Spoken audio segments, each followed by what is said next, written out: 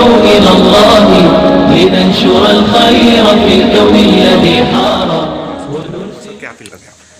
دیکھیے ساری دنیا اس وبا کا مقابلہ کرنے سے بے بس ہے، کسی کے پاس کوئی دوا نہیں ہے۔ آج تک ساری دنیا جو بات کہہ رہی ہے وہ ایک ہی ہے کہ اجتماعیت نقصان دہ ہے اور فاصلہ بنائے رکھنا ضروری ہے تاکہ اس مرض سے بچا جا سکے۔ اس لیے ہمارے بزرگوں نے، علماء نے، سب نے مل کر کے ساری دنیا کے اندر یہ فیصلہ کیا کہ اجتماعیت مذہبی مقام پر ہوتی ہے، مسجد کے اندر بھی ہوتی ہے۔ اس بنیاد کے اوپر جماعتیں مسجد کے اندر نہ کی جائیں بلکہ اپنے گھروں کے اندر پڑھیں۔ چنانچہ اس کے اوپر ہندوستان میں بھی عمل ہو رہا ہے۔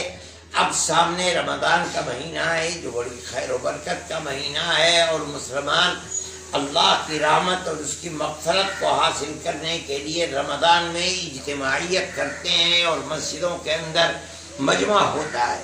لیکن چونکہ موجودہ صورتحال انتہائی گمبھیر ہے اور مرض ہندوستان کے اندر بھی بڑھتا چلا جا رہا ہے، بچنے کے لیے یہ ضروری ہے کہ تراویح کا اہتمام خاص طور پر جس طرح ہم اب تک مسجدوں سے الگ ہو کر کے جماعت کرتے ہیں، اسی طرح تراویح کو بھی اپنے گھروں کے اندر پڑھا جائے۔